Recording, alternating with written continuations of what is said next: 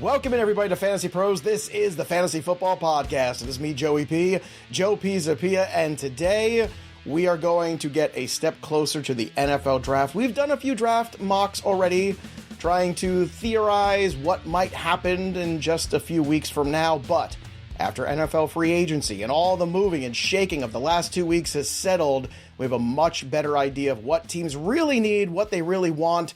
We know what you want, which is more NFL draft coverage, and luckily we have it for you today. A 2-round mock, got some trading going on here, and of course my good pals are joining me. The host of the Dynasty Football Podcast, the man, the myth, the legend, the Scott Bogman, the man of all things college football and all things Minnesota, the Minnesota Madman himself, the Macho Man, Thor Nystrom, and joining us from Pro Football Focus, whose software we're actually using today for the draft board, is Trevor Sikkema, everybody. He's the lead draft analyst, friend of the show. He's been on, a million times, and I can't believe he makes time for us during this very busy time of year. You can follow him on X at Tampa Bay Trey. And Trevor, I got to ask you, if you can get away with being called Trey with the hair that you have, do you think you missed your calling as an 80s villain? Because I think you would have been amazing in all those movies. I've never thought of it like that, but now that you say that, I may have been born in the wrong era. You know how that meme that everybody posts on TikTok or Instagram is like, oh, I was born in the wrong time period. Maybe that's right. Maybe I should have been an 80s villain. That was my actual calling. But instead, here I am in 2024 doing mock drafts with you guys. So I guess that's a good consolation. It's not bad. I just picture, Trevor walking in and go, I guess I'll see you at the end of the draft. And then just kind of walking off and throwing his hair back to the side. All white suit. White Oakleys. Yeah. Oh, it looks so good. Dark blue tie. I can see it. I got it. Totally right, 80s, right out of Miami Vice. Oh, so good. So roll up those sleeves, baby. Let's go. So again, today we are going to be rock and rolling the 2 rounds of the NFL draft. Some things might look similar, some might not be. Again, we get some new voices here with Trevor joining us today. If you haven't already, make sure you subscribe to the Fantasy Pros channel because we're going to be live on draft night again. We've got more fun draft coverage coming at you, and of course all the regular fantasy football stuff, the short videos, the long videos, the shorts, everything. Bogman will wear shorts on a video possibly. I don't know. There's a lot of things going on and you don't want to miss any of them, so make sure you subscribe to the YouTube channel, drop the comments below, and of course ring that bell till it goes ding for notifications. And speaking of notifications, I just got one that Thor is on the clock for the first overall pick, the Chicago Bears. Thor, who do the Bears take? Yeah, we got the free spot here. Caleb Williams, of course. Keenan Allen was at Caleb Williams' pro day workout. As if they needed to telegraph this anymore. This is Caleb Williams going to Chicago. Were you impressed with that workout, just out of curiosity, Thor? Yeah, I mean, for what we got of it, and we got to hear from Caleb and different stuff like that. But the tape is what speaks for itself with Caleb Williams. Worthy number 1 pick.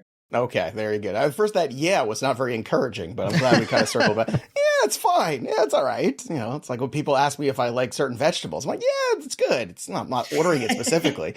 All right, so let's get to number 2 over here. Washington is up. Trevor, you are up on the clock. What do the Washington Commanders do here? I like how Thor started and basically said this is the free spot because it is. Caleb Williams has just been the pick all along, but a lot of people would tell you that the draft here starts at 2. It's kind of a mix of what I think is going to happen and also what I would do here. I'd take Drake May. I really would not be thinking twice about it. I like May a lot. I think the arm talent is fantastic. He's absolutely franchise caliber when it comes to the tools that you have there.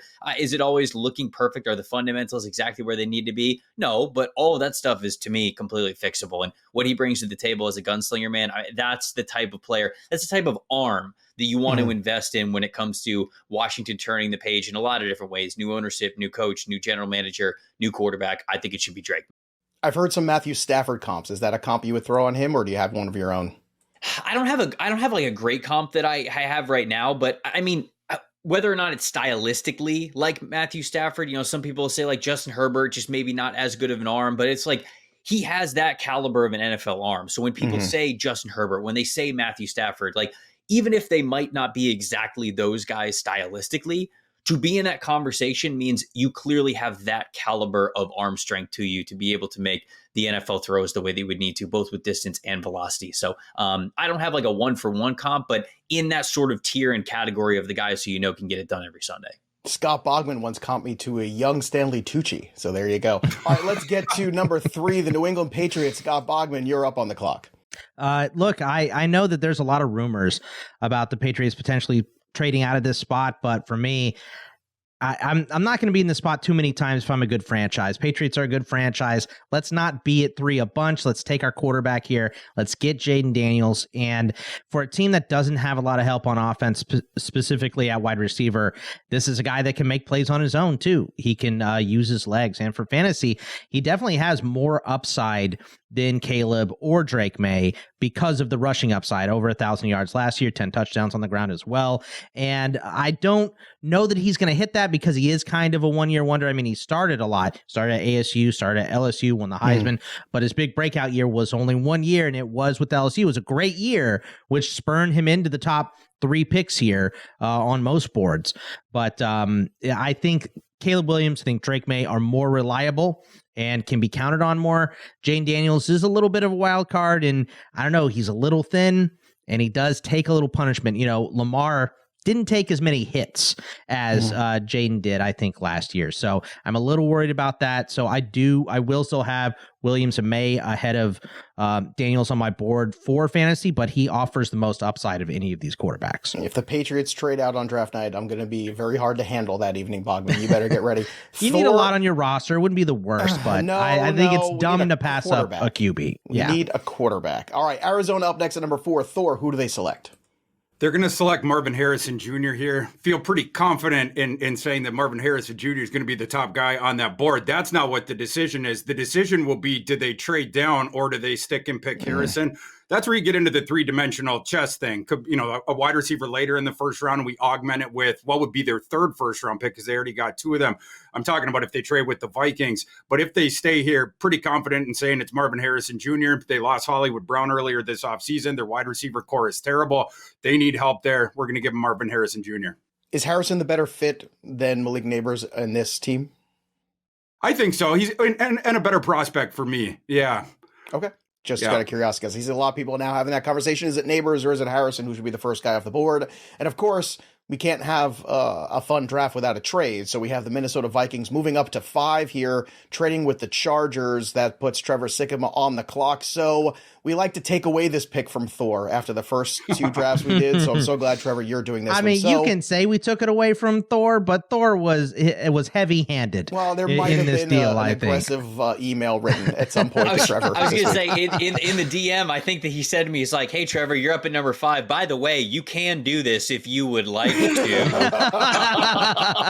Power of suggestion. I felt like I couldn't deny the Minnesota man what he was requesting there, but this actually worked very perfectly because not only did I have number 5 in the order of which we're going through this draft, I also happen to have 11 and 23, which are the 2 picks that the Vikings had. So it was very easy, right? It's very easy to think about, why did Minnesota trade for the number 23 overall pick? Well, I don't think they did it just to hear Roger Goodell say their name twice on the first night of the NFL draft. I think they want to hear him say their name once, and it's for a quarterback. And here I have them moving up to number 5 to take Michigan's J.J. McCarthy. Now, look, McCarthy, not a finished product, right? If you stuck him out there in week 1 of next season, he's probably going to struggle, but he's somebody who they have a lot higher hopes for. They're hoping that what he is in week 1 of next year is not going to be that finished product. He will be a Super Bowl champion at some point. That is what they are hoping, And so I think with the signing of Sam Darnold, it allows them to ease JJ McCarthy in. I really like the move that they made there. And I think that McCarthy showed really nice improvement from 2022 to 2023, even though he's not quite there yet to this NFL caliber starting level. It's getting in that you can have faith that a lot of the stuff is getting better for him, and throwing over the middle of the field, 3rd and long situations. I mean, he was fantastic about those over the last year. And so you just have to love where he's going. I know Minnesota is going to, and so I got them trading up to number 5. And Thor just ordered his Sam Darnold jersey from the pro shop, so that's very exciting. I'm waiting until I got the McCarthy one in there. Sure you are. All right, let's get to number 6 here. Scott Bogman, the New York Giants, got leapfrog. So how do they pivot from here? Yeah, I mean, sure, they're looking for a quarterback, apparently, according to Rich Eisen and a lot of reports coming out of New York.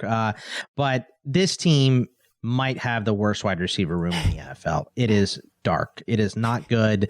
It is rough. And how can you expect a guy like Daniel Jones to be successful without good targets? So let's give them Malik Neighbors, a wide receiver out of LSU. And I know that there seems to be a dance between Harrison and Malik Neighbors with a lot of analysts here. I have them right next to each other. I I feel like Harrison's maybe slightly a better prospect, but I like Malik Neighbors more. I don't know what it is about him. I can tell you what it is, actually. It's the speed at which he does everything on the field. He doesn't slow down at any point. It reminds me a lot of, I think, probably heard this comp on your show, Trevor, Antonio Brown. It's just the speed in and out of the breaks. It's crazy. He never slows down. He doesn't have to ratchet down. It's just very strange. It's crazy to watch him play. He is just a different human being than most other people. So I think giving them one of the best targets in this draft, one of the best targets over the last couple of years, would really, really help this passing game. It would open up things for Jalen Hyatt and for probably Bellinger. I think Waller is going to end up retiring, or maybe he already did retire. But they need a lot of help in targets, and I think Malik can come in and just be a guy that gets, all of the targets, 100 plus his rookie season, and lead this team in receiving and finally give them a weapon on the outside. So the two big receivers off the board and 4 quarterbacks. That brings up the Titans at 7. Thor, what do the Titans do now that the board looks like this? The Titans badly need offensive line help. Last year, they were a bottom 10 overall offensive line unit. They were 31st in sack rate allowed. Some of that can be attributed to Will Levis, but that also shines why they need to do this so bad. Will Levis, someone who struggles with pocket presence, sensing the rush from his blind side. The better that offensive line is, the better that Will Levis is going to be. Joe Alt, the best offensive lineman in this class, would make all kinds of sense here. There's no questions about his evaluation. He is the son of a Chiefs Hall of Famer, John Alt. 2 sacks allowed over the last 2 seasons. Both of those seasons, he was graded over 90 by PFF. And a two-way guy, right? There's some good tackle prospects in this class that struggle with one of the phases. For instance, Fashanu with run blocking. Alt can do it all. And if you needed anything more, he goes and tests 991 RAS so far at almost 6'8", 315 pounds. No question on this evaluation. He'd help out that offensive line quite a bit. Number 8, the Falcons got their man at quarterback. So now that the offense is back on track, Trevor, what do they do here with this 8th pick? Yeah, I've got to go in defense. I got to go in Dallas Turner, the edge rusher from Alabama. It feels like it's one of the worst kept secrets that they're going to go edge rusher at number 8 now that they're no longer in the quarterback market with Kirk Cousins on the team. I think everybody's penciling in Dallas Turner. And, certainly if Raheem Morris in the defense area, if they want to run more odd front 3-4 formations, then I think that Turner as an outside linebacker is the better fit. But I'll say this too, just listening to how Terry Fontenot talks about the guys that they want to bring in, the power, strength, things like that, I feel like he's describing a Jared Verse. And so where I am picking Turner here because he's a fantastic player, he probably has the highest ceiling of any of the edge rushers in this draft. He's incredibly athletic. He's got like a 6'9", 6'10" wingspan, despite being only 6'3" in height. He's just built exactly the way that you would want an outside linebacker prospect to be built, athletically and physically. So I think that that's going to be too much. And ultimately, I got him headlining their edge rush group next year with taking Dallas Turner at 8. Is Turner the number 1 edge rusher on your board, Trevor? Just out of curiosity.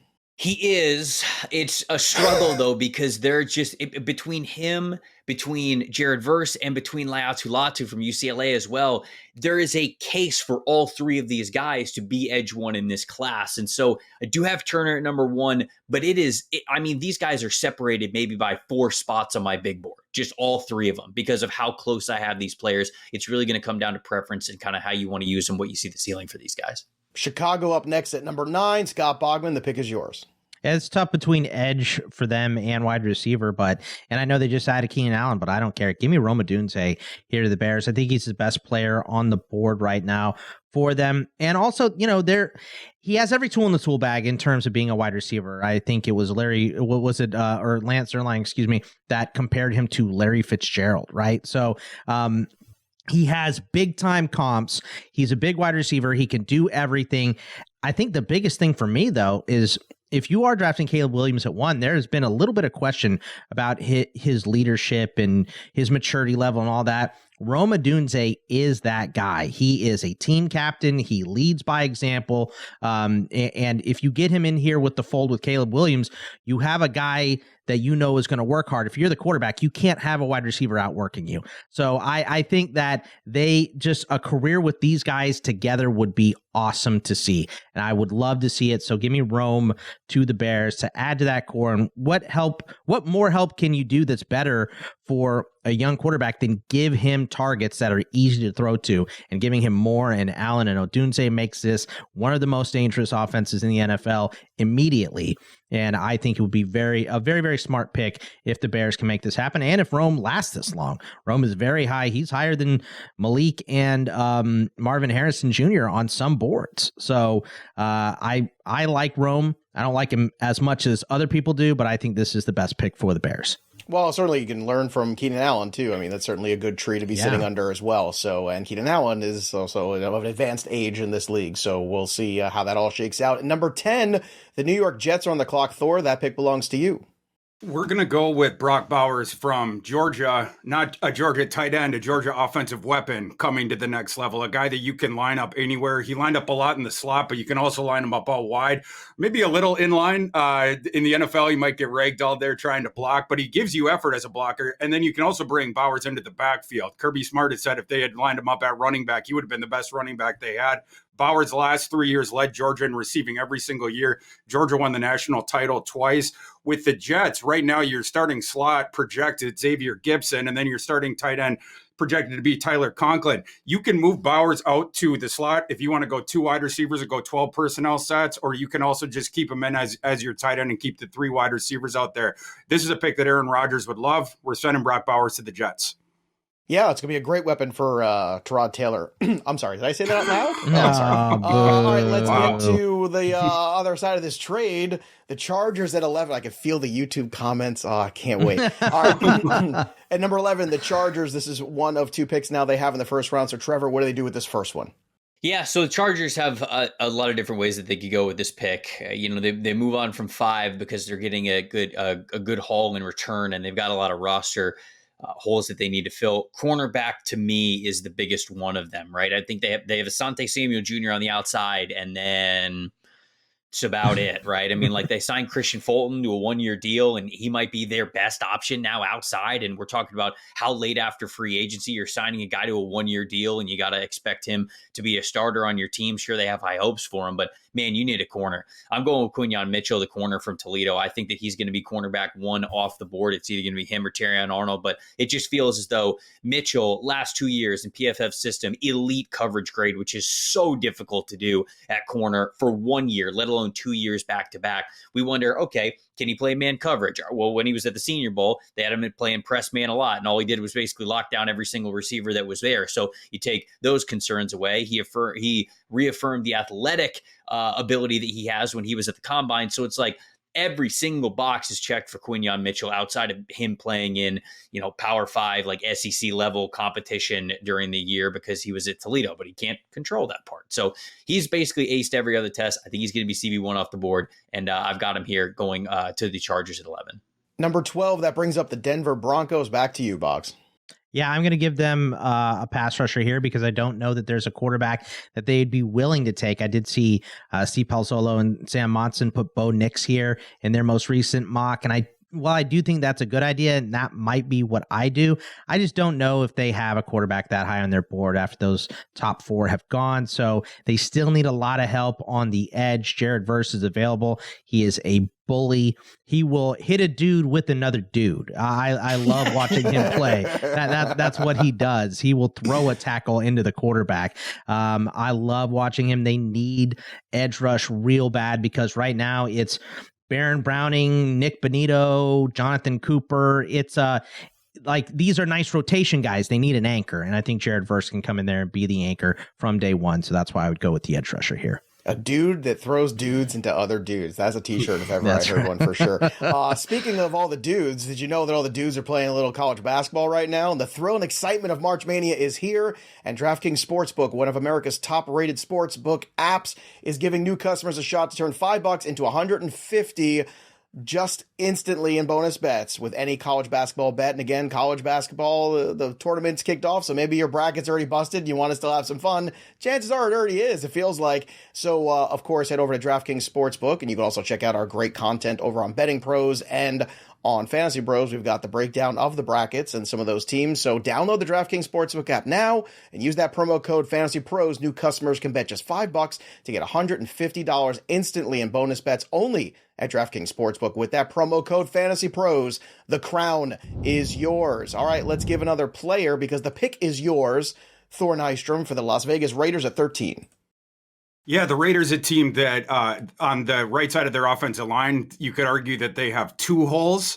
Boy, do I got the guy for you. We're going to give them Talisi Fuaga from Oregon State. 6'6", 332 pounds, 961 RAS. Reminds me a lot of Darnell Wright, a tone setter in the run game that doesn't embarrass on pass pro reps.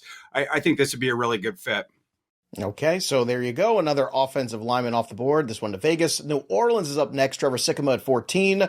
So one tackle just went. So what should they do next here? Yeah, I'm gonna keep the tackle train rolling. I'm gonna have Amarius Mims from Georgia going to the New Orleans Saints here at number 14. The Saints are sitting in a situation where they've got Trevor Penning starting at left tackle, and Penning has not been up to his first round billing so far yet in his career. And then also Ryan Ramczyk at right tackle, who's been one of the best right tackles in the game for a long time, but he's contemplated retirement. How much longer is he going to play the game? So you have Mims, who is it looks like he was built in the lab, man. I've never seen anybody 6'8", 340 pounds who looks the way that he does. I mean, he looks like a supersized linebacker. He's got the length, he's got the athleticism, he's got the unique size, all that. He didn't play a ton of football while he was at Georgia. Kind of had to wait his time behind some veterans along that offensive line. This year was his first time to really start, but he had an ankle injury that kept him out of games for a little bit. Mainly played right tackle, but he's been training at both left tackle and right tackle. So I think wherever you draft him to play him at the NFL level, it's almost like you can kind of go wherever. I think the Saints might have needs at both tackle spots. So this one makes a ton of sense to me. So I got Amarius Mims at 14 to the Saints. New Orleans takes care of the offensive side of the football. Bogman, the Colts are up at 15. What side of the ball do they go for? Yeah, this was tough between wide receiver and corner for me, and both of these positions are deep in this draft, too. I think Terrion Arnold is the best player on the board right here, so I think the Colts would go with him, the corner out of Alabama. And for them, that turns the secondary potentially into something pretty decent, at least at corner, because they re-signed their slot guy in Kenny Moore. Juju Brents will be healthy for the whole year, hopefully, and stay there. But that other boundary corner is either Dallas Flowers, Jalen Jones, or Darrell Baker. And even with the safeties being kind of weak, I would say that other boundary corner is the weakness of this defense. So we can cover that hole with a good developmental player like Terrion Arnold, who has more upside. He's already pretty good. He has way more upside as well. So I think that is the guy that they would take here if he was still available. Thor at 16, the Seattle Seahawks are on the clock. Seattle, a team we talked about last process, badly needed interior offensive line help. They did not delineate a lot of their pick equity to that last year, which means it is still a problem.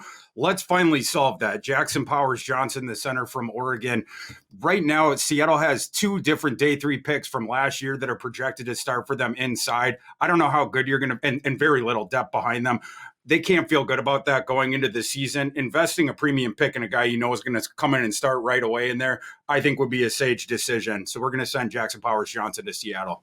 That might be a second free square for Thor, by the way. That is, I don't think I've seen a mock with JPJ not going to Seattle. It seems like a pretty obvious pick. Just because it's easy doesn't mean it's wrong. No, it's we've also got right. The Jacksonville Jaguars up next at 17 now. They, well, I guess we could say the Calvin Ridley experiment was short-lived. So, Trevor, what do they do here at 17? Yeah, I've got them replacing Calvin Ridley with A.D. Mitchell, the wide receiver from Texas. First and foremost, I think he's an athletic freak, and we saw that at the combine results. We've seen that in his RAS scores. Like, Balky loves these guys who are athletic outliers, their general manager. So I think that he's going to be well on their radar. And I truly think that they fumbled the bag with Calvin Ridley. Like, I think that they had Calvin Ridley. They thought he was always going to come back. It was right there. And just for whatever reason, you're not getting the deal done. I think they were trying to, manipulate the timing of it with what pick they're going to have to give with the Atlanta Falcons, whether it was a third round or a second round, and depending on the re-signing timing, like all that kinds of stuff. And it just ended up being a mess for them. Now Calvin Ridley's not even on the team. So would you say they gambled and lost?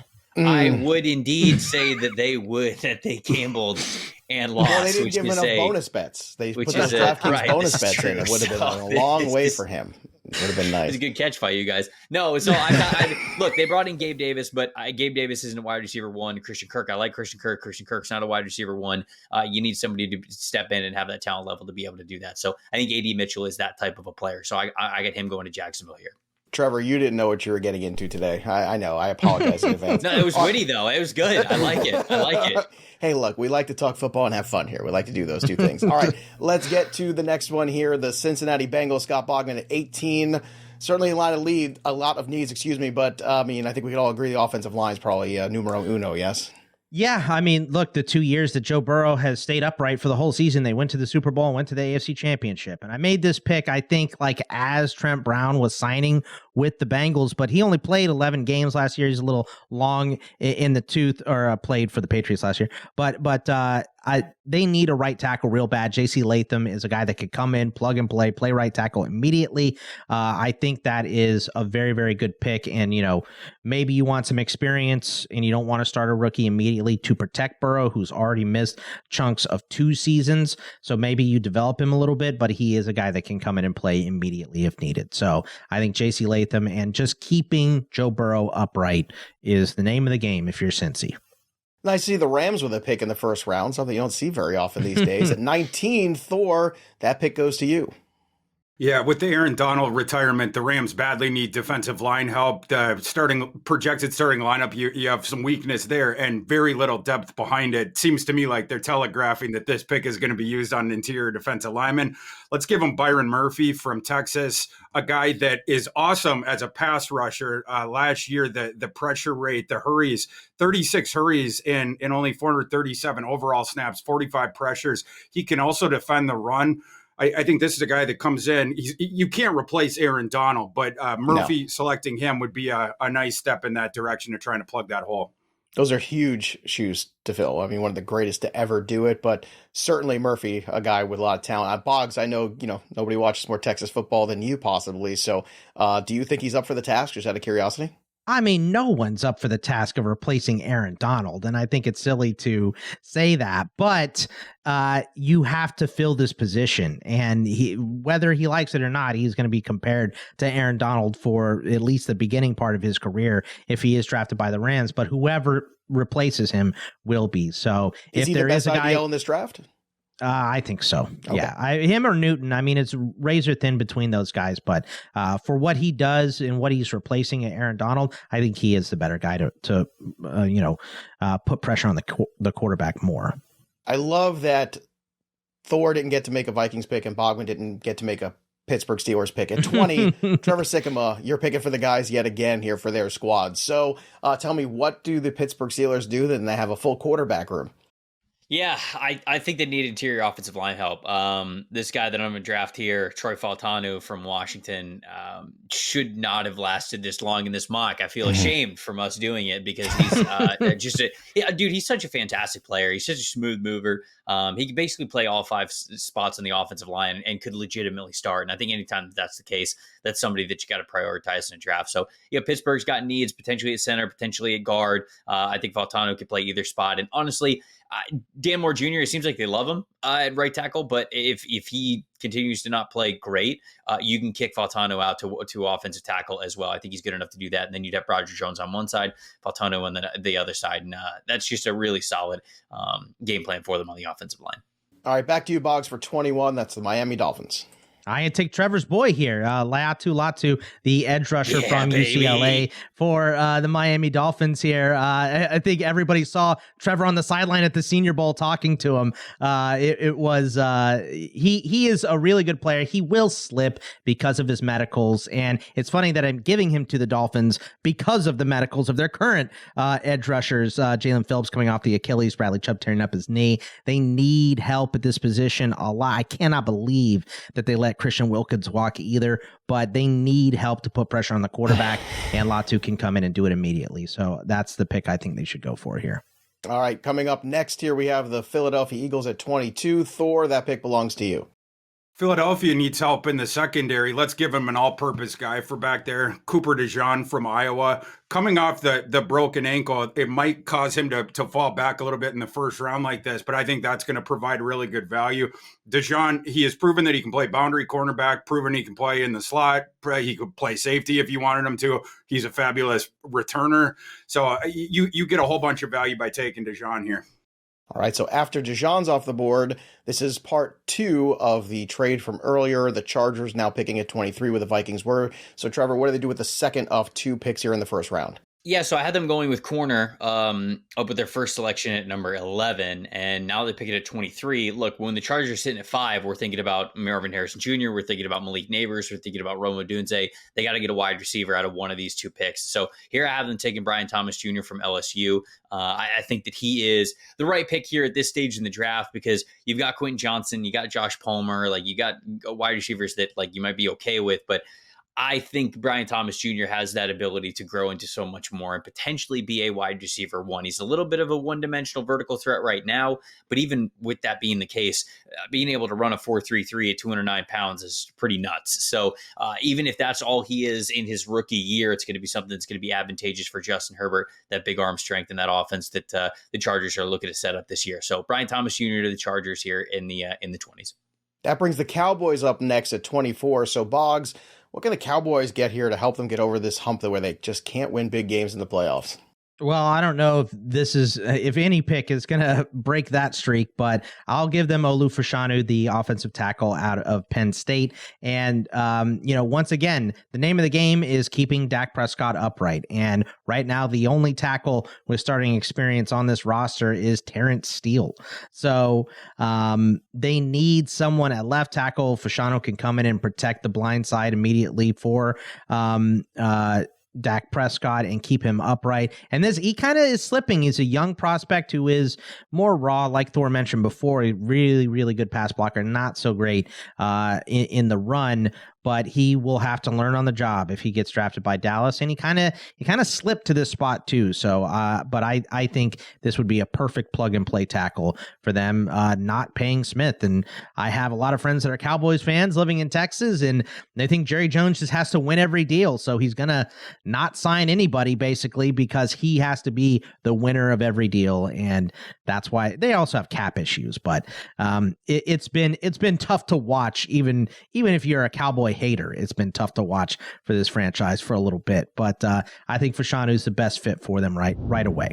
If you want to win every deal when it comes to getting tickets for any live event, then the Game Time app is something you must get. Bogman knows because of the Game Time app, he was able to see his Diamondbacks lose not 1, but 2 games in the World Series. That's live true. And in person. It was an incredible experience. But seriously, it is the place to go. And I've been on this app too. I'm going to 6 concerts in the next 6 months. I'm all over this. So whether it be sports, music, comedy, theater events, it doesn't matter. The Game Time app has everything you need, including no ticket fees, any of that other nonsense, last minute tickets, flash deals, zone deals. They've got all this stuff going on. Plus, you can also see the view from your seats, which is great. So the Game Time app is very advanced. It takes a lot of the guesswork out and also a lot of the nonsense of ticket buying. And goodness knows there's a lot of that. So download the Game Time app now, create an account, and use that promo code, of course, say with me, FantasyPros, for $20 off your first time purchase. Again, terms apply. You can create your account and redeem that promo code FantasyPros. That's FANTASYPROS for $20 off your first order. So download the Game Time app today.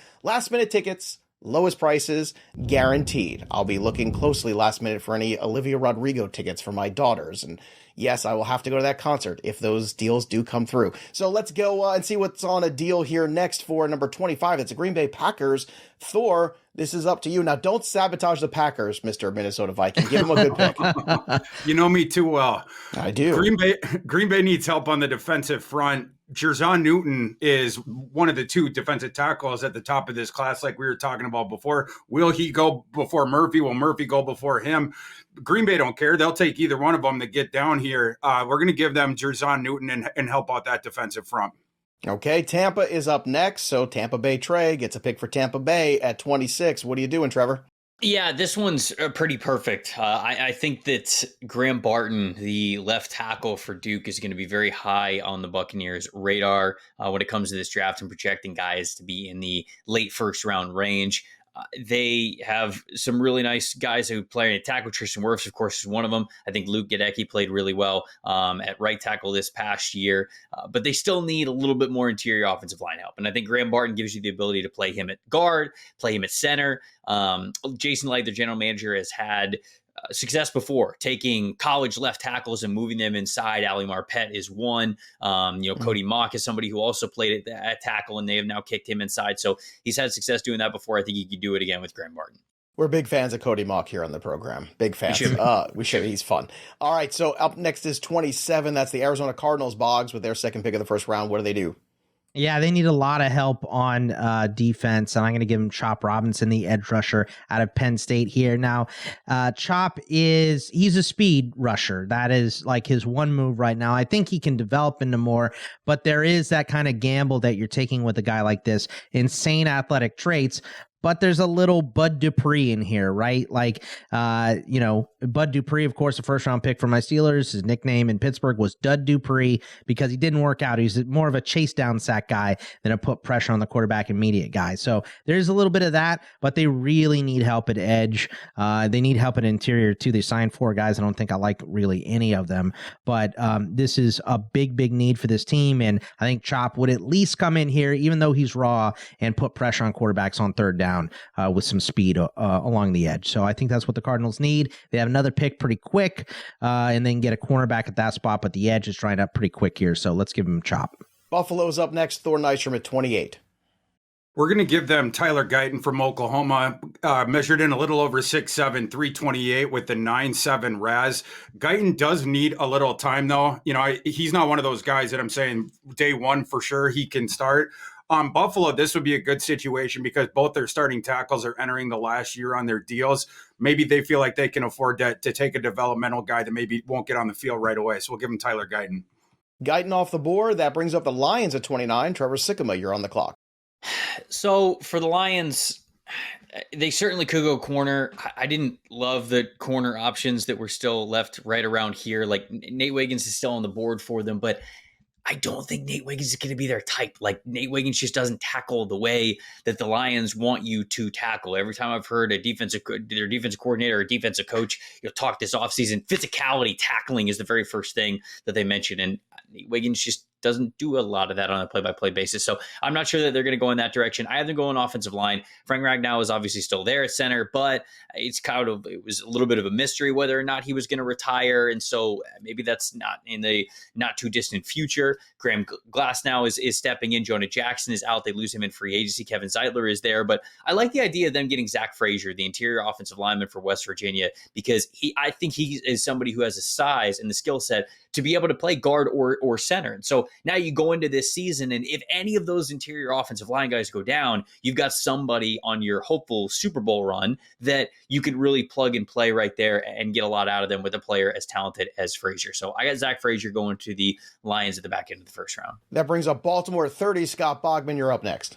Yeah, I had a tough time with this one, which wide receiver I wanted for Baltimore. And I'm a Steelers fan, so I don't like them, but I will not sabotage them either. Let's keep the track meet of the Ravens going here. Yes, they did add Derrick Henry, but I think if you replace Aguilar with Xavier Worthy on the outside, you just have so much speed here. The threat is so much on every play with Zay and Worthy for them to go deep. So those linebackers and safeties may have to play a step or two further back, and that gives Derrick Henry even more running room. So I think the added speed of Worthy helps this team that is already very fast, and you have your big targets over the middle like Mark Andrews and Isaiah Likely. So add some track speed and keep it rolling for the Ravens, and they just sit and take the best player at the spot every single time anyway, and my boy Worthy I think is the best player available. That is what they do historically. At 31, the San Francisco 49ers. Thor, you're on the clock.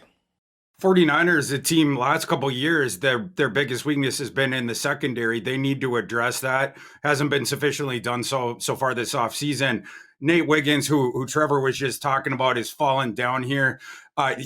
We know he's got speed. The physicality and the tackling efficiency, we're going to have to work on that a little bit, but the kid's an absolute burner. I always think back to when he chased down Amari and Hampton from behind, slapped that ball out. So getting him here at 31 would also be a really nice value with him falling down the board. You have sort of that quagmire of cornerbacks after Quinion. One of those guys is going to get knocked down here. That's Wiggins. San Francisco gets a good value. All right, so good value for San Francisco. Let's close out round one. Trevor Sikkema with the Kansas City Chiefs at 32. Let's go with Jordan Morgan, the offensive tackle from Arizona. It gives you a little bit of tackle guard flexibility. I think that the Chiefs are set on the interior, but again, this is a team that is looking to three-peat, might be looking to fill an offensive tackle role either next year or maybe in the future, long term, with Donovan Smith no longer there. And so I think that this is a good spot for Morgan. I don't know how much higher he's going to go than this. I feel like the back end of the first round is a really good spot for him. Really good starter over the last 2 years. Tore his ACL last November, but came back and played this entire season this past year. It wasn't as strong in the offseason when he was at the Senior Bowl. I think he struggled a little bit that week, but still think he's a good football player. I don't know if he's got the measurables to be able to survive at tackle full time in his NFL career, but I do think he's got that flexibility that the Chiefs would really like. All right, that'll put round 1 in the books, round 2 right around the corner. But if you're already looking at dynasty drafts coming up and you want to see how free agency is affecting fantasy football drafts, our mock draft simulator tool is open at fantasypros.com/simulator. It's fast, it's free, and it's a way to practice any kind of draft, including dynasty startup drafts and rookie drafts. Again, it's up, it's free, it's ready for you at fantasypros.com/simulator. So go mock draft today and get prepared for all of your upcoming dynasty drafts. Let's get to the next round here at 33. Thor, kick things off with Carolina at 33. Carolina did well to trade for Deontay Johnson. They still need more receiving help. Jonathan Mingo so far hasn't worked out. Adam Thielen nearing the end of his career. Bryce Young badly needs more weapons. Let's give him one. Ladd McConkey from Georgia. Guys open more than 7-Eleven, as the kids say. The separation percentile is ridiculous. When we saw him down in Mobile, no one could stay with him. So in one-on-ones, the defensive back started playing off to just give the free completions because he was just licking everybody down there. And also Ladd McConkey going there. Not only are you going to get the separation, he was 90th percentile or above in all the separation percentiles at PFF. You also give him a really good mentor to start out his career with in Adam Thielen. I think this would be a good pick. All right, so we've kicked off the second round. Ladd McConkey to Carolina. The Patriots at 34. Trevor, what do they do?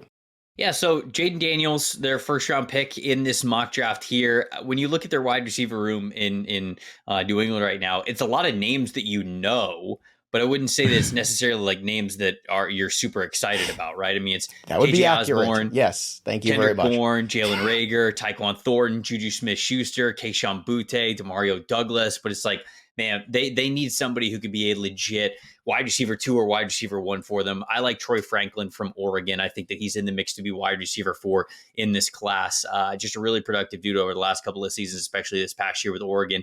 Really good from a vertical standpoint, but I think he's got the overall athleticism and playmaking ability after the catch to be that total wide receiver 1 that can run a variety of different routes. So we'll have Troy Franklin going to New England here at the top of the second round. Shout out to you, Trevor Sikkema, for naming all of the mediocre wide receivers on the New England Patriots. I really appreciate that. 35, the Arizona Cardinals are up next. Scott Bogman, that means you're up.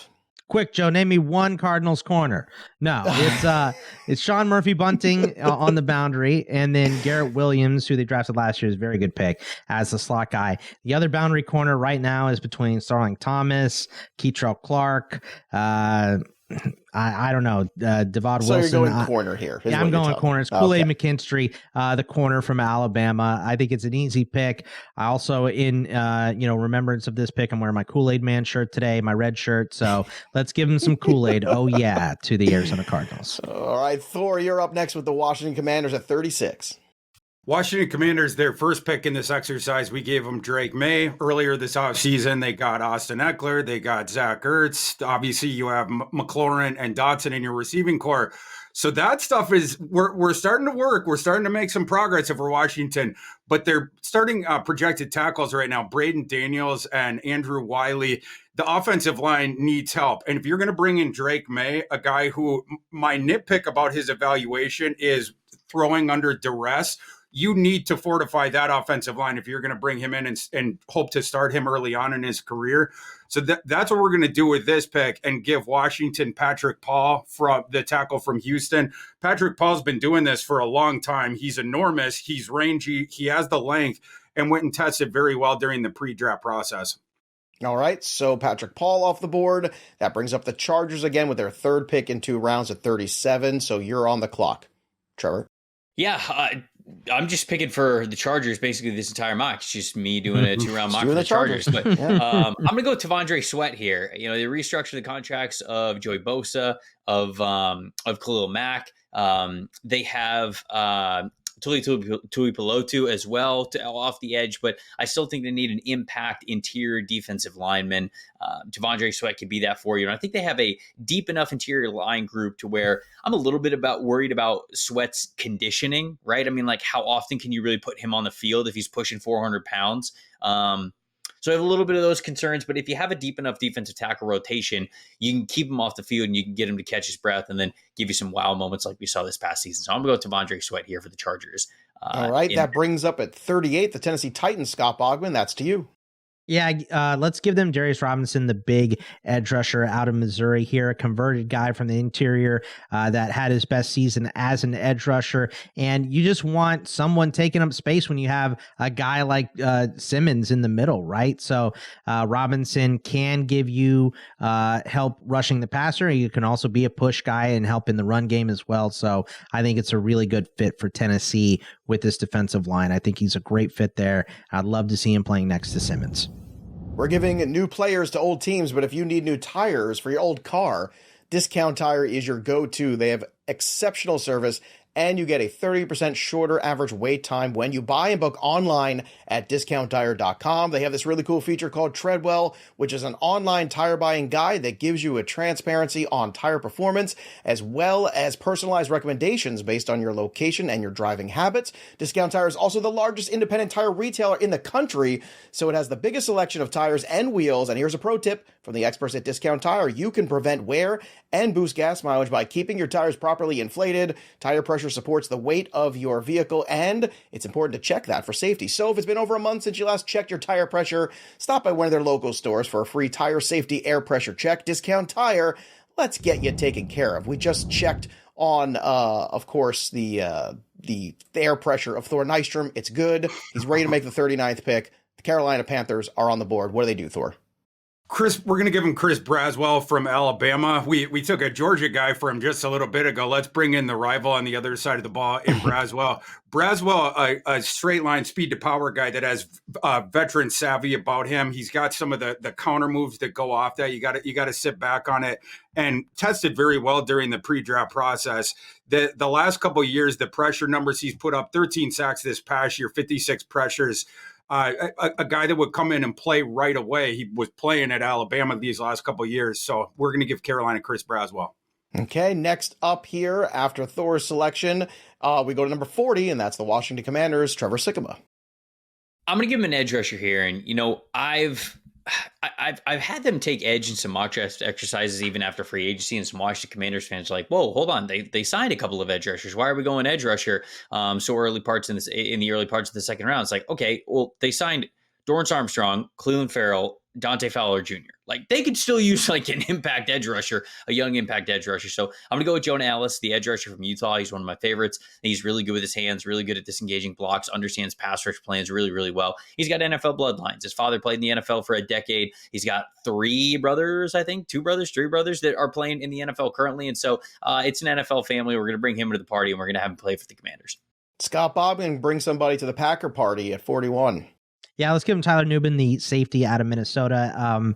McKinney plays more free, but actually last year in 2023, he played in the box more than he ever has. And I think that's what you do if you select a guy like Nubin. You let him range, you let him play free, you let him go attack the ball and things like that, and you bring McKinney down into the box. I think both these guys can do either, though. So we'll see how the Packers would use these guys if this is the scenario. My buddy CK, who I do a draft podcast with, is a Packers fan, and he makes this selection for the Packers so many times. So I figure I'm not going wrong by Packers fans here taking Tyler Nubin for them. And it's just a problem that they've had the last couple of years, and now it would be solved if they got Nubin and McKinney. No issues in safety for them. 42 belongs to the Houston Texans. Thor, that pick belongs to you. Yeah, Texans, they have the 2 second-round picks and the no first-round pick right after having traded down with the Vikings. So this would be their first pick of the draft. You have two big weaknesses that I see. You got the two big holes, I should say. You got the wide receiver one, and then you have cornerback. I think when I was making this pick, looking at the board, you still have wide receiver depth. And that's something I think NFL teams are going to find when we get to late April with the depth of this wide receiver class. So they might be able to defer this pick, maybe a little foreshadowing here, till their next second round pick. And therefore, I'm going to go with TJ Tampa from Iowa State and try to plug that cornerback hole. You have Derek Stingley on the one side. He played much, much, much better as a sophomore than he did as a freshman last year. But on the other side, Houston right now, they have half measures. You have Jeff Okudah, you have CJ Henderson. You're trying to turn someone else's trash into your treasure. I think they would feel a lot better about that room if they brought in a guy that they felt good about their evaluation on. TJ Tampa could be a fit there. Who will the Falcons bring in at 43, Trevor Sikkema? I think it's time for a corner, right? I gave him edge rusher in the first round. I think they need corner upgrades at some point in this draft. Here we've got Kamari Lassiter on the board. So as we say on the NFL Stock Exchange podcast, low moving costs, right? Because he plays at the University of Georgia. He's going to be playing for Atlanta. You don't got to pay for him to move apartments, to move condos, to move houses, whatever it is. Low moving costs. So you like the talent. You like projecting him to an outside role with the Falcons. And you're saving a little bit of money for the franchise too. Okay, save a little money there. Let's see what happens with the next pick. Scott Bogman at 44. The Las Vegas Raiders are on the clock. Yeah, it's Michael Penix Jr., the quarterback out of Washington, again for me for the Raiders. I think I had the Raiders last time in this exercise. I gave them Penix too. I think this is like the last pick where he would go. I think, in other scenarios, maybe a team is trading up for him. There are many, many QB needy teams in the NFL, of course, but I think this would be a perfect plan too. You have Minshew that you brought in there. You have Aiden O'Connell maybe for immediately. So if you want to develop Penix and not put the pressure on him immediately, you wait for him in the second round, you take him here, you let him develop behind a couple of veterans, and you have great targets for when he comes in. So I think, Adams and Myers, I think that'd be a great starting spot for him with Mayer, a young tight end as well. I think this would be a really good landing spot for Penix for his career. So I would love to see him land here. I would agree. At 45, the New Orleans Saints are up next. Thor, that pick belongs to you. In the first round in this exercise, we helped out the offensive line by giving New Orleans Amarius Mims. They also need defensive line help. They had problems last year protecting the quarterback, and then on the other side of the ball, getting after the quarterback. So that was what I was primarily thinking about in making this pick. We're going to give them Braden Fiske, the interior defensive line from Florida State, who tested like an absolute banshee, 9.89 RAS at the combine, at almost 6'4", 295 pounds, and he is a proven pass rusher. So that's a guy who's going to come in and address your primary need as far as that goes. Fiske to New Orleans. At 46, the Indianapolis Colts. Back to you, Trevor, for the next pick. Yeah, so Boggs had him going corner in round one, which is a good pick. I mean, they definitely need corner. There's no doubt about it. But the question with Indianapolis is always surrounding Brock Bowers, right? If Bowers makes to 15, he's taking him, he's taking a corner. Bowers is off the board, so that's not really a discussion here in this mock, but they do have the option to take a tight end here, and I'm going to give him Jatavian Sanders, who is tight end 2 in this class, in my opinion, from Texas. Former 5-star guy, incredible mover. I mean, we're just watching his tape recently. This guy can run every single route in the route tree. He truly is a supersized wide receiver in that regard. Are you going to want him on the line, in line, next to the offensive line? Often, no. He's probably more of like a big slot, just a receiving tight end type of a player, but that's exactly the role that the Indianapolis Colts really need. And if you're keeping score at home, that's 3 Longhorns for Trevor and only 1 for me. Well, there you go. That's true. That's true. It's a nice change of pace. All right, let's get back to the Giants at 47. Scott Bogman, that pick is yours. Yeah, I'm going to go Chris Jenkins, the interior defensive lineman out of Michigan. I can't believe that you did take Sweat over Jenkins with Harbaugh there, Trev, but I like Sweat better. I didn't want to go full homer on it because I did think about this, but I wondered if people would be like, something's a little fishy here with this pick. I mean, it makes sense, though. It does. You're right. It is a need for both these teams. So now that Aaron Donald has retired, the best interior defensive lineman in the league is Dexter Lawrence with the New York Giants, and let's put someone in there next to him to free up space, and Jenkins is that guy. He can do a little bit of everything, but his best job playing next to Lawrence is keeping guys off Lawrence. I think he can do that. He can eat up space and get Dexter Lawrence to the quarterback a little more often because he is an absolute stud. Bring in Brian Burns there. That's going to be a dangerous defensive line next year. So, and that should make the corners better by proxy, right? Like if you're putting more pressure on the quarterback, the corner's job is a little bit easier. So I think it would help all around the defense to bring an interior guy there next to Dexter Lawrence. Thor has the next pick at 48, and that's the Jacksonville Jaguars. In the first round of this mock, we helped out their wide receiver room. They need help in the cornerback room as well, do the Jaguars. Enos Rakestraw Jr. from Missouri is a guy who's going to fall a little bit further than his on-field play on the tape would suggest because of the iffy athleticism, which is going to bring out more questions about the handsiness. He's a very physical player, kind of a tone setter. He's a guy who's going to crash down against the run. Can he play boundary in the NFL, or is this going to be a pure projection to the nickel? Well, Jacksonville, you can bring him in. You can see that they have guys who are on the end of their contract there. They can figure it out, but he's going to get on the field early if indeed they do take him. So Enos Rakestraw to Jacksonville. All right, after Jacksonville's off the clock, Cincinnati Bengals are on at 49. Trevor, that's yours. So we had J.C. Latham go to the Bengals in the first round. I'm going to give him a wide receiver here. Keon Coleman's still on the board, so I'm going to go with Keon Coleman. I understand that there's some hesitation there because he's a big, strong, athletic receiver who kind of struggles to separate when you watch his tape. But I feel like the NFL is still higher on Keon Coleman, and I still like, even with those concerns, like he's a good wide receiver. He might not be with those top three guys that he was probably in the conversation with when the year began, but he's still a good receiver and still I think should go in the second round. He's got a ton of potential. Certainly with the T. Higgins situation looming of is he going to be a Bengal long-term or not, getting those three guys on the field at once this upcoming season would be incredible. And if you move on from T. Higgins, I think the Coleman can step in as a wide receiver too with Jamar Chase. Well, look, if those two guys are still there, it's a lot easier for Keon Coleman against a third corner. That's yes, for sure. Yes. Let's agree on that. At 50, the Philadelphia Eagles are up. Scott Bogman. What do they do? Yeah, they lost their two slot guys. Roby is gone, and Avonte Maddox is gone. So let's give them Bullard, the safety out of Georgia, who actually played more in the slot and played better in the slot. I know Cooper DeJean can do that as well, who Thor took for them, but he can play anywhere. Like, he is a chess piece of, do whatever you want with Cooper and return kicks and punts with them, right? I think Bullard is a piece that you can put in the slot and not have those concerns that you had last year. And the Eagles don't want for much these days. Their roster is pretty complete, and I think this is the best piece for them. All right, next pick up here after the Eagles have their man is the Pittsburgh Steelers. Thor Nystrom at 51. The first pick at 20, Trevor was talking about how there would be celebrations in the streets if Troy Fautanu fell down to him. You helped out the offensive lineman there. In this pick, I think they're getting another guy who fell down the board at an acute area of need in Xavier Legette from South Carolina. Pittsburgh's having a really good offseason so far, and if these are the first two picks, there's going to be celebrations in the street. Right now, you do have George Pickens, but your other two projected starting wide receivers are Van Jefferson and Kelvin Austin. I think it would make a ton of sense to delineate this second-round pick to wide receiver. Mentioned before, there's a lot of value that's going to be had on day two with the receiving class, right, just because of the depth of it. So we're gonna send Legette to Pittsburgh. No diva in the country, man, either. I like it. Sounds like all my cousins. Let's get to the Rams at 52. Trevor Sikkema, you're back up.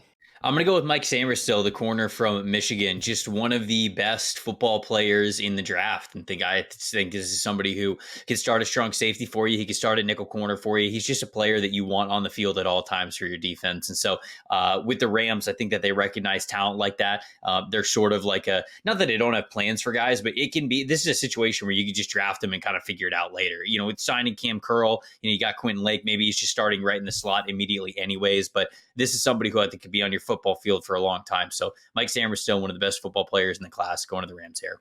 Next up at 53 is the Philadelphia Eagles and Scott Bogman.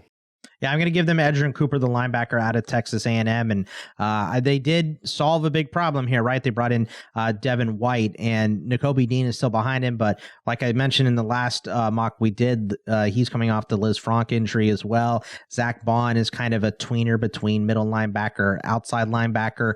And I think the other guy they brought in was Oren Burks, who's kind of a depth guy. So give me the a talented linebacker in the middle. I do like Peyton Wilson a little more, but Peyton Wilson has had an extensive injury history, and that is the last thing the Eagles need at this position, is another guy that's going to get banged up. So I think they go a little bit safer and take Edgerrin Cooper. Now, Trevor, do you know the origin of the Liz Frank and why it's called that? Because we learned that on the last show. I don't. Am I about Scott to get educated? I don't want to steal it from me, but would you like to educate him on as to Dr. Jacques Les Francs de Saint-Martin? Yeah, so the French soldiers used to get their foot stuck in the stirrup, and when they fell off their horse, and it would crack their foot in half. So that is where the Liz Franc injury is, from the top of the foot. So wow, I didn't know it was the top of the foot, and I knew that it was painful, but I actually did not know exactly how that. Wow, that's French surgeon. When Najee Harris had this injury, I think I was looking up how to donate my Liz. I didn't know what a Liz Franc was. I was looking up how to donate it to him, and I found it. So there you go. There you go. See, Trevor, we're an educational program. I tell everybody that all the time. All right, so back to you here, Thor, with another selection here at 54, the Cleveland Browns. It's going to be a mini linebacker run. Peyton Wilson, who Bogman was just mentioning, he could fall a little bit down because of the health. But in terms of the athletic profile and what we saw on the field last year, the guy's a menace. And then he goes into the pre-draft process, 6'4", 234, 9'8" RAS. Cleveland needs help in their linebacker room, might help to roll the dice here a little bit, or might incentivize them to roll the dice on a guy who easily could be the best linebacker to come out of this class. Okay, possibly the best linebacker in the class. Those are big words there, Thor. 55, that brings up the Miami Dolphins, Trevor Sikkema. Yeah, their interior offensive line was not as good as it needed to be last year overall.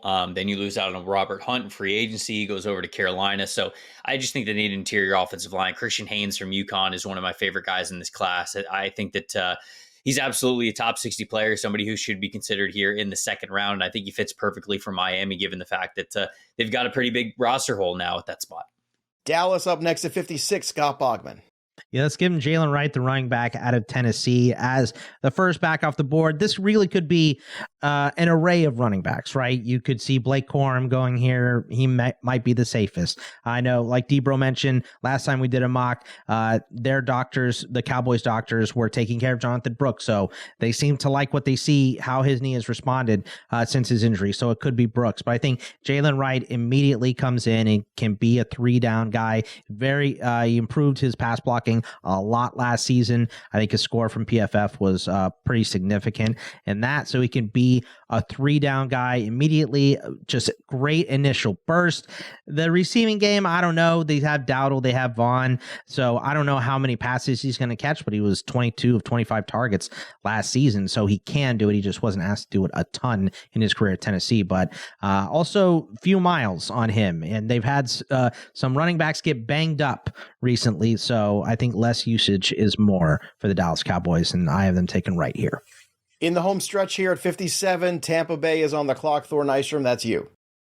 We're going to give them Ricky Pearsall and keep Ricky Pearsall in the state. I love Ricky Pearsall's game, and I think he might have stamped his ticket into the second round by the way that he tested. He's had a very good pre-draft process. He impressed us down in Mobile.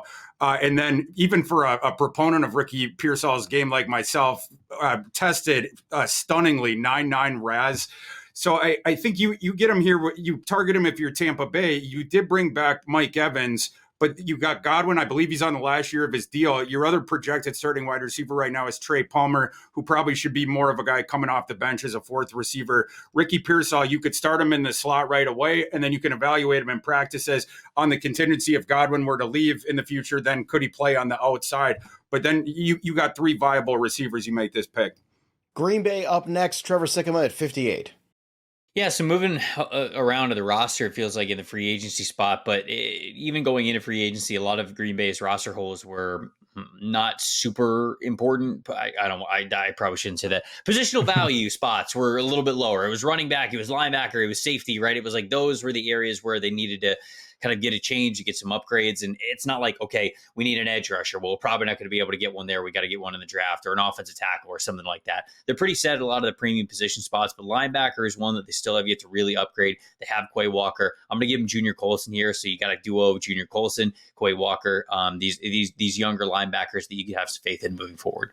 The Houston Texans are up again, Scott Bogman at 59. Yeah, Thor foreshadowed this pick when he was talking about taking TJ Tampa for Houston before. This is a wide receiver, Roman Wilson, out of Michigan. A lot like McCarthy. You know, McCarthy wasn't asked to do a lot, so we didn't see as much of him as we could have seen him in, a different offensive set. Same thing with Roman Wilson, right? They didn't throw the ball a ton, and they were up late a bunch, and they didn't need to throw the ball late at all. But when he was asked to go out and make plays, he made stunning plays this year. Acrobatic in the air. Great getting to the ball, a lot of fun to watch. And who doesn't love an Ohio State quarterback throwing to a Michigan wide receiver? That would be a fun storyline as well. So I would love to see Roman Wilson operate next to Tank Dell and Nico Collins in this offense. Thor, you're up next at 60 for the Buffalo Bills. First pick for the Bills gave him Tyler Guyton, the moldable ball of clay, the athletic guy in the first round to help out the offensive line. This time around, we're going to help out the other line and give them Michael Hall, the interior defensive lineman from Ohio State. Michael Hall, I think his stock is a little bit on the rise right now after his recent pro day performance.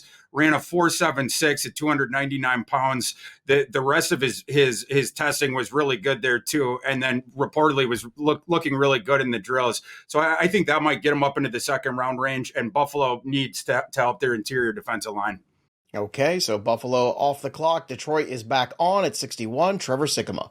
See, now I'm comfortable giving Detroit a corner. I got Max Melton coming off the board here from Rutgers. Liked him a lot coming into the season. He was my CB5 when we were coming out of summer scouting. Tape was a little bit up and down this past year. It felt like the NFL also was not as high on him. But, man, you know what? I just got to stick with what I like in the tape. I see an inside-out type of dude who could play in the slot for you. He could play on the outside. I thought he did really well at the Senior Bowl to showcase those kinds of skills, especially in the third down or red zone drills when it mattered most. And he tested very, very well in Indianapolis. So this is somebody who I think the Detroit staff's going to like a lot. So I'm going corner Max Melton here to Detroit. Just 3 picks remain. Everybody's got one left. Baltimore at 62. Scott Bogman, you're up. I'm going to give them Adisa Isaac, the edge rusher out of Penn State. We went on the offensive side of the ball with Worthy with the first pick. It was tough between tackle and edge here, but I think, the Ravens, what do? They just sit and take the best player on the board. I think Adisa Isaac might be the best player on the board. It also fits a need for them at the edge because, right now at edge, it's not looking great. It's like Brent Urban, Owe is pretty good, but Ojabo hasn't really produced the way that we thought he was going to. So we'll see what happens there. But I think getting them an edge rusher, an athletic guy like Isaac who can help out on third downs would fill a big need for them. Thor at 63 for the San Francisco 49ers. We're going to give them the BYU offensive tackle, Kingsley Suamataia. I almost didn't do it because I was afraid. Stand up and applaud that. I just thank you so much. I was practicing that one. I was afraid of that one, but he's a guy that has a decent shot, I think, to get into the second round. The top of the tackle class so good, and this is a round where you get the tier break. We're down to the next level of guys. I think he'd probably be the last, on the train stop. And San Francisco, we gave them the corner in round 1. They still need the offensive line help. Kingsley would help them out in that regard. Only 15th percentile height with him, but it's a little bit misleading. 55th percentile in terms of his reach, guy that could handle tackle in the NFL. At 64, the last pick of the second round, the Kansas City Chiefs, the defending champions. What do, Trevor? Let's round it out by giving Mahomes another passing weapon. Let's do Tez Walker, the wide receiver from UNC. I think that his range is kind of all over the place, depending on whether or not you weigh heavily his Senior Bowl performance, where it felt like he could not catch the football. If you watch the tape, there's a lot of things to love, not only at UNC, but also at Kent State. Even with Hollywood Brown being on the Chiefs, it's just a short-term deal. So getting Tez Walker in there, not forcing him into action right away might actually be best case scenario for him. So we'll have Walker going out on the board to round out this mock. There you have it. Now, I just saw breaking news here that Happy Gilmore 2 is actually going to be happening. So, my Trevor, God. The question is this your opportunity to become a great villain in a movie in your time? I think this might be it.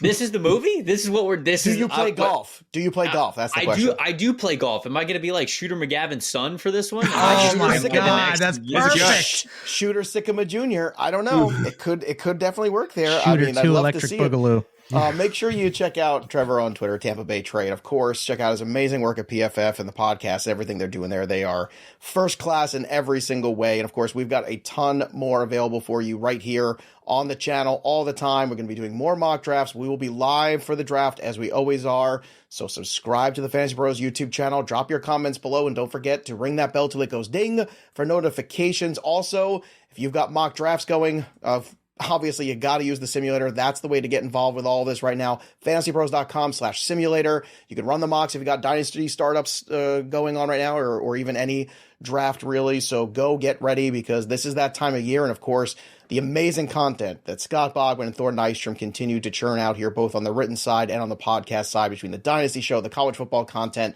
the betting content, everything. It's just been amazing here. So, gentlemen, this was super fun. I hope everybody out there watching enjoyed the show.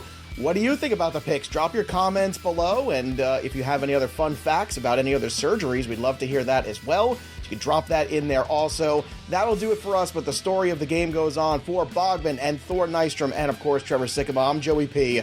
We'll see you next time, kids.